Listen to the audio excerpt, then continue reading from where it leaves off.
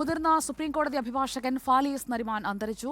ഡൽഹിയിലെ വസതിയിൽ ഇന്നലെ രാത്രിയായിരുന്നു അന്ത്യം. പൗരാവകാശങ്ങൾക്കും മതേതരത്വത്തിനും വേണ്ടി നിലപാടെടുത്ത ഭരണഘടനാ നിയമ വിദഗ്ധൻ കൂടിയായിരുന്നു ഫാലിയസ് നരിമാൻ. തർക്കപരിഹാരത്തിൽ രാജ്യാന്തര തലത്തിൽ പ്രാഗൽഭ്യം തെളിയിച്ച ഫാലിയസ് നരിമാന്റെ വിയോഗത്തിൽ പ്രധാനമന്ത്രി നരേന്ദ്രമോദിയും കോൺഗ്രസ് അധ്യക്ഷൻ മല്ലികാർജ്ജുൻ ഖാർഗെയും അടക്കമുള്ളവർ അനുശോചിച്ചു.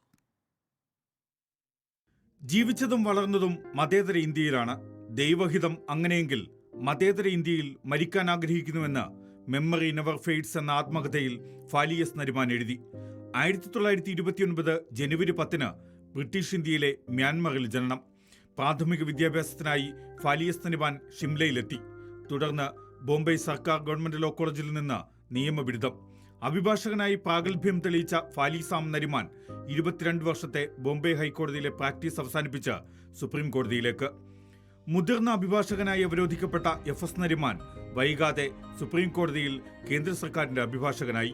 1975 ജൂൺ 25 അടിയന്തരാവസ്ഥ പ്രഖ്യാപിച്ചതിൽ പ്രതിഷേധിച്ച അഡീഷണൽ സോളിസിറ്റർ ജനറൽ സ്ഥാനം രാജിവെച്ചു. 1991 മുതൽ 19 വർഷത്തിലധികം കാലം ബാർ അസോസിയേഷൻ ഓഫ് ഇന്ത്യയുടെ അധ്യക്ഷൻ.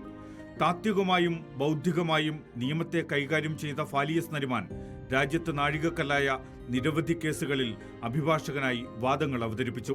ഭരണഘടനയുടെ അനുച്ഛേദം 30 അനുസരിച്ച് ന്യൂനപക്ഷങ്ങളുടെ അവകാശങ്ങൾ വ്യാഖ്യാനിച്ച TMI പൈ കേസ് ഇതിലേറ്റവും പ്രധാനം. ജഡ്ജിമാരുടെ നിയമനം സംബന്ധിച്ച വിധിന്യായങ്ങളിലും അഭിഭാഷകനെന്ന നിലയിൽ സംഭാവന. പൗരന്റെ അവകാശങ്ങൾക്കും മതേതരത്വത്തിനും വേണ്ടി നിരന്തര നിലപാട്. ജുഡീഷ്യറിയുടെ സ്വാതന്ത്ര്യത്തിനു വേണ്ടിയും വിയോജിക്കാനുള്ള അവകാശത്തിനൊപ്പവും എന്നും നിലപാടെടുത്തു. ജമ്മു കശ്മീരിന്റെ പ്രത്യേക പദവി റദ്ദാക്കിയത് ശരിവെച്ച ഭരണഘടനാ ബെഞ്ചിന്റെ വിധിക്കെതിരെ ശക്തമായ വിമർശനമുയർത്തി. തെരഞ്ഞെടുപ്പ് പ്രക്രിയയുടെ സംശുദ്ധി സംരക്ഷിക്കപ്പെടണം. സുപ്രീം കോടതിയുടെ വിധി നീതിയുടെ സംഭാവനയാണെന്നും ഏറ്റവും ഒടുവിൽ തെരഞ്ഞെടുപ്പ് ബോണ്ട് വിധിയിലെ പ്രതികരണം. നിയമലോകത്തെ അസാമാന്യ പ്രതിഭയെ രാജ്യം 1991 പത്മഭൂഷണും 2007 പത്മവിഭൂഷണും നൽകി ആദരിച്ചു.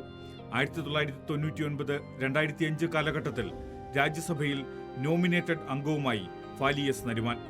ഫാലിയസ് നരിമാന്റെ അഭിപ്രായത്തിന് പ്രാമുഖ്യം നൽകിയായിരുന്നു ഭരണഘടനാ പ്രശ്നങ്ങളിൽ കേരളം നിലപാട് സ്വീകരിച്ചത്. അതിനാൽ ഫാലിയസ് നരിമാന്റെ നഷ്ടം കേരളത്തിന്റെ കൂടി നഷ്ടമാണ്. Legal desk reporter.